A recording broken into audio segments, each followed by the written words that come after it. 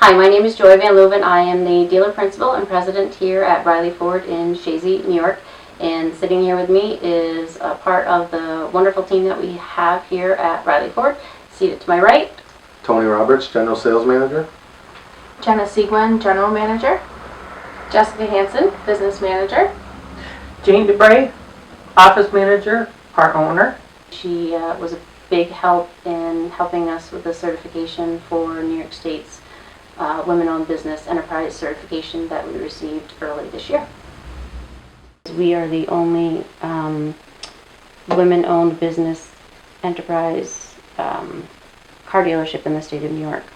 What actually got me to make the decision to start the application process was I had a couple customers approach me within a few months and asking if we were a New York State certified women-owned business, and I said, well, we are a women-owned business, and they're like, no, are you certified with the state of New York as a women-owned business enterprise? I said, I'm not. Why? And they said, well, there is money obviously given to municipalities that they are to use and to spend with businesses who are either a minority or women-owned business enterprise. So that was the start of the very long certification application process with New York State.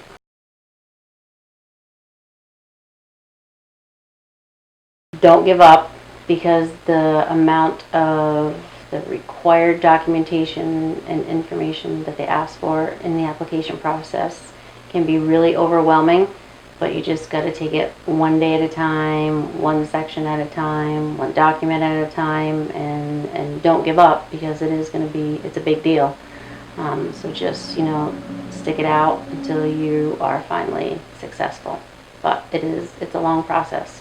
But, if, it goes back to, owning a car dealership or being in the car dealership was, easy, then everybody would do it. So it's, no different with any type of business. If it were easy, everybody would do it. But, you have to like the challenge of being different.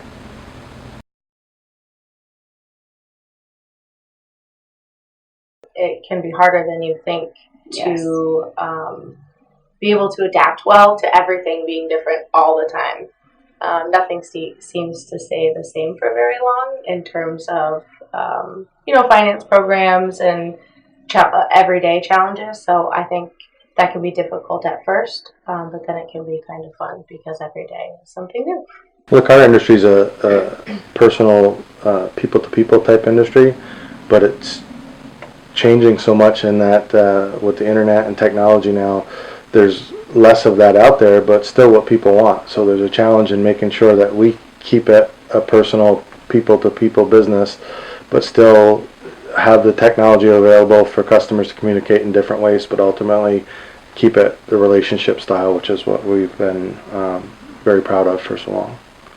Talk about challenges. Yeah. There's one that none of us talked about, but all of us feel it, is working with family all the time. Yeah. Creates interesting challenges, and a lot of people have not been able to be successful doing that. And having worked with my dad when he was here, and my uncle and all my cousins, it's interesting at times, but I think we all do a really good job at making it work and keeping it separate from family and business sometimes. So Yes. And some wise words that I got early on when I asked my dad, Gerald Roberts, to teach me the car business. He said, it's really simple. Don't ever tell somebody you're going to do something that you don't intend on doing, and treat everybody the same.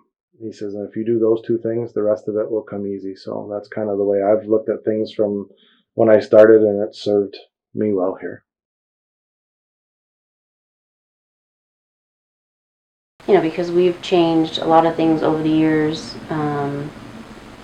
as far as our processes go, because, it's what customers' demands, I guess I want to say, are. They want quicker responses from you. They want immediate responses from you. And we try to make sure that we're doing that, but at the same time, as Tony is speaking to, trying to make sure that we are still speaking to our customers and being very personal with them, because that is truly what separates Riley Ford from any other dealership anywhere. I mean, Clinton County, New York State, any other state, we have a lot of customers that drive from a really long way, come from different states to purchase vehicles from us. I mean, we had a customer in here a couple of weeks ago. They bought a Super Duty from us. They live in New Jersey, and they come back here regularly for their service. So, I mean, that's kind of a testament to the type of service that we provide to our customers. When you've been around as long as Troy and I have, Yes. you know, you're selling your customers' kids and their kids' kids at this point. So, Yeah. And you build friendships and relationships with people way outside of selling them cars. So when they walk in, they're not, you know, you feel right at home.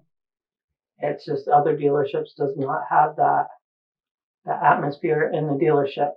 Yes. One of the big pieces of advice that I remember getting from Tony, who got from his dad and my grandfather, was at the end of the day, all you have left is your word. So if you can do something, or you're going to tell a customer something, or you can take care of something, whatever it may be, that's what you want to make sure that you go ahead and set forth in doing. So even, you know, if it's hard to bite a bullet sometimes, the honesty is always the best policy. And at the end of the day, that's what people are going to remember, is that you held your word and did what you said you could do or help with. Troy's dad, Uncle Ronald, was very big on that. It's not personal, it's business. Yep. And you could have a disagreement in business sense, and he would argue his point to a T, and you would do the same thing, and then he'd be like, you want to go to lunch? Talk to you about your family, talk to you about the kids, come back from lunch, and you'd go right back into that disagreement. Because it one had nothing to do with the other, and that serves well outside of business as well, because if you're in youth organizations or different things, you can have a difference of opinion with people, but it's not personal. You don't have to dislike somebody. And so often you see people's friendship end over youth hockey or baseball or whatever it might be, when really it's just a difference of opinion.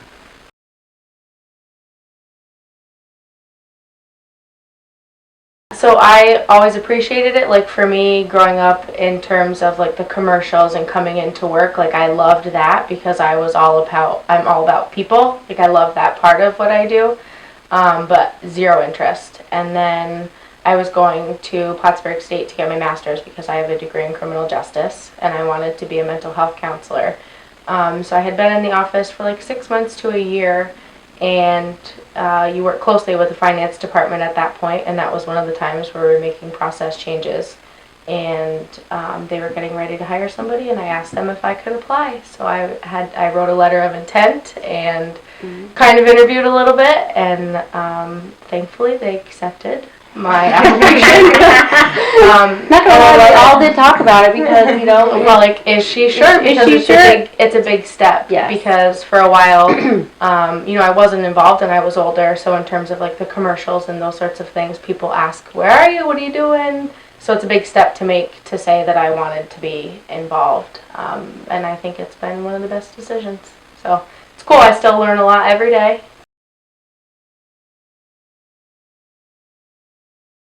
Car business is always changing, but that's because the world is changing. So you have to be willing to change with it. You have to keep up with the times. So you have to be willing to look outside of yourself, you know, outside of the box. You know, everybody spoke to different processes and regulations, but those are things that we pride ourselves on, that we do all the time, because we want to continue to provide the best possible service and the best possible experience to our customers while keeping up with the times.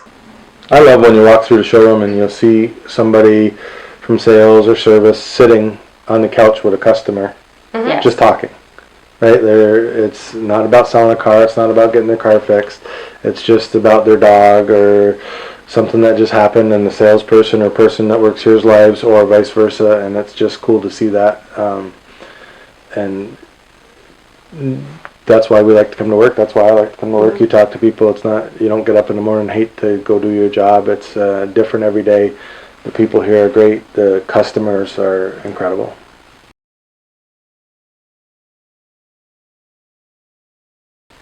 You know, and same thing, it really is what separates us again is the people, because, you know, the building, you know, as best as we know, has been here since the 1920s.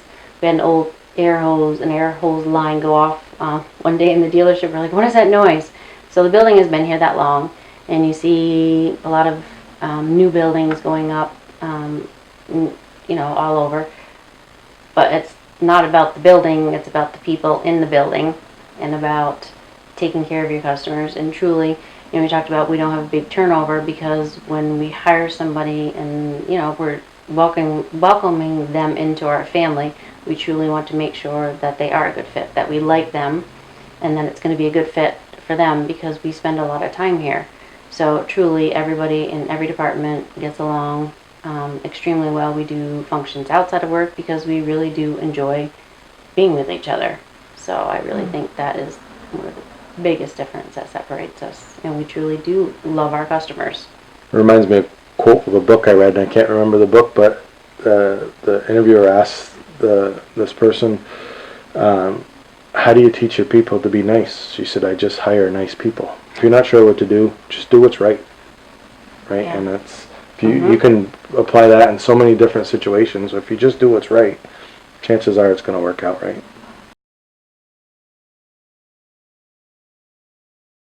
Tenacity, hardworking. You also have to be willing to take advice from somebody else. I've gotten better with that at an age. Tony can attest to that. Much better than her father was. Because somebody's going to have a different opinion, and ultimately, you always think that you're doing the right thing, but sometimes maybe it's not. So you have to be willing to listen to somebody saying, hey, I know that you wanted to change this, but why? Why do we do it this way? Have you ever thought about doing it this way? And because you ultimately, you want to be successful. So you have to be willing. You have to be driven. Yes.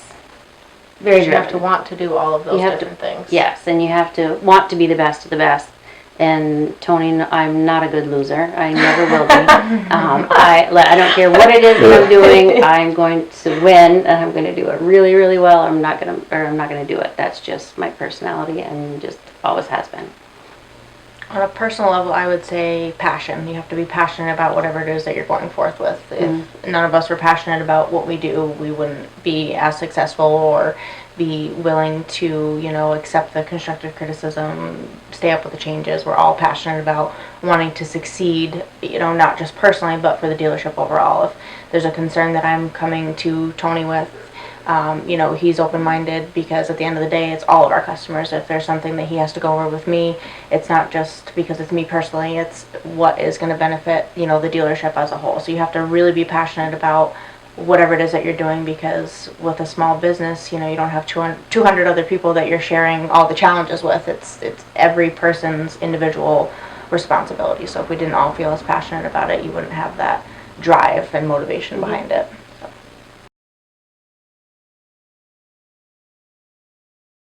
I think the excitement around all the other businesses near us, or that would be that other customers of ours have their own small businesses, it's nice to feel supported, but also generally take an interest in somebody else's business that's around us. Not only because they buy personally or buy commercially or whatever it may be, but everybody wants our community to do well, and not just immediately Chazy, all the surrounding areas. We have different school districts that we all live in. We happen to all, communically come here to Chazy, so we care about Chazy, supporting other schools, charities. That's kind of the point of it all, I guess. What are you being successful for? What are you doing with all your time and, points of contacts that you need? It's just, I don't know, you're rooting for everybody else to succeed, but at the same time, it's nice to feel the genuine support that we get from everybody else when we do well, and see their excitement when they come in. Especially with the women-owned business stuff, we didn't realize how many people would see it and hear about it and come in and just say, hey, I know nothing's changed, all the same people are still here, but how exciting that you became the first in the state. And they came in just to make a point to say hi and congratulations, or send a card, saying how exciting, congratulations, we're happy for you. So that was pretty neat. I don't think we ever really go forth with any big, elaborate goals or too far in the future mindset. We, set ourselves up for our daily, weekly, monthly goals and try and make sure we're successful year over year, but we really do take it each day individually and just to make sure we're doing the right things and taking care of our customers. So although we'll continue to grow and expand, I think we still just continue to focus on what we've always done for the last 30 years that Yes. they've been around. Yes. We did a huge service expansion a few years ago, and it had been on my radar for a lot of years, but you have to look at it and go, well, is it going to make sense to spend that much money? Do we, is it that we're just busy, these few months, but I mean, it turned into, we just couldn't get our customers in a reasonable amount of time. So we went from 8 bays to 12 bays, and that was a big mess, but it was worth it because ultimately we wanted to take better care of our customers. So you have to have those long-term goals where, that you're talking about, where do you want to be, what do you want to do, but you also have to remember to look at what you're doing every day, every week, every month. Best customer interaction ever was a letter that I got from a customer. She was an elderly woman that had always bought from my dad, and my dad had passed, and then her husband had passed, and she was scared to come buy a car. And she came in, and we worked together and picked out a car that she liked, bought the car, and then sent me a letter saying how she was so scared to go out and buy a car without her husband and without my father, and that I made her feel like she was dealing with my father. So for me, that I'll never forget it. Something that we don't take for granted every day, but sometimes you can. It can be life-changing for a customer because it's transportation. They had an old car, but they finally have saved up enough money and they were able to put some cash down, and they got themselves in a brand new vehicle so that they can drive to work every day to provide a good living for their family. Or it can be, I had a really big farmer who ended up buying a Mustang Shelby from me a few years ago. And that was one of the best things that he ever did for himself, because on Sundays he and his wife actually took time off from the farm, and farming is a really, really, really, just so many hours and grueling, but they actually took took Sundays off and started actually enjoying themselves a little bit. So it can be that as well. And it's just cool to see generations that we're selling now, the grandfather, the father, and now the grandkids. So that tells you how much they trust you, because you're talking 3 generations, that I personally have dealt with. For me, I don't know that there's one specific instance, but feeling the genuine excitement and joy that the customers feel for you when you have something positive going on in your life. So for me, it's been the birth of my kid, somebody, asking how they're doing or how everything went, or excited to see pictures, and not just to strike up conversation, but genuinely caring about, our personal lives because they feel connected to you. On my maternity leave, I had a customer who had illustrated and authored a children's book and made a point to bring one in for the new baby. Made a special trip from where he was, and just little things like that make you feel like you've, done the right things by, gaining relationships with people that we wouldn't have otherwise. Yeah, for me, I'm always blown away when customers do the things like Tony's talking about, like send us a note to thank us, when really we're thankful for what they're doing for us, because without all of the customers, we couldn't do all of it. So I'm blown away when a customer will bring in like a small gift or something like that. Like, hey, I just saw this and I thought of you, or in our conversation, you mentioned you like this, so I'm going to drop you off, like your favorite bag of candy, or like whatever it is. Like, those things are cool to me because I love, you keep your vehicle for 3, 4, 5 years. When you get in that, you think of the positive experiences that you've had here. And then I also really love when customers come in and talk about Uncle Gerald and our Papa, because I feel connected to them. I wasn't involved when he was around here, so for me, that's a way that I can stay connected and hear the stories of how they took care of customers and do that. So I appreciate both of those things a lot. The customers are awesome. They just love us to pieces. They come in searching for Jane. Yeah, they come searching for me. I can't count the timeless, endless I've done for people over the years. I mean, it's Mayor of Chazy. People Yes. When they're really stuck, they come looking for Jane Yes. because they know that she will help. That picture on the wall to me says a lot about what we've been talking about. So that was a customer. He made that rail. He's passed away, but just a guy that he's from out Chateaugay. Burke area. Yeah. He came out this way, bought one car here, and just fell in love with everybody here. Would send us customers, and we'd send them checks, and he'd bring the checks back here, and he'd say, "Here, go buy everybody ice cream with this check." Yes. Right, like just to the point that when he passed, his brother brought that here, and his Brother and friend cousin, brother, cousin, and he would background. want you guys to have this. He just thought the world of everybody here. My wife's from Montreal, so she comes from that market. Yeah. And I can tell you countless stories, but one in particular I remember is car pulls in the driveway, I get up, we're having supper, I go outside, and I'm out there probably 15 minutes, I come back inside, she says, "Who's that?" I said, "Oh, so-and-so." She says, "Well, what do they want?" So they were having trouble with their radio in their car, and they haven't been able to get it to duplicate it, so he wanted to show me. She's like, "Really? They came to our house to do?" I'm like, yeah, everybody, it's a small community, everybody knows where you are, what you do, and kind of how we do things. I think if you asked any of us the favorite part of this, it's people, right? That's why we're all here. It's truly the difference of this industry versus most other industries, right? It's people. Yeah, the people.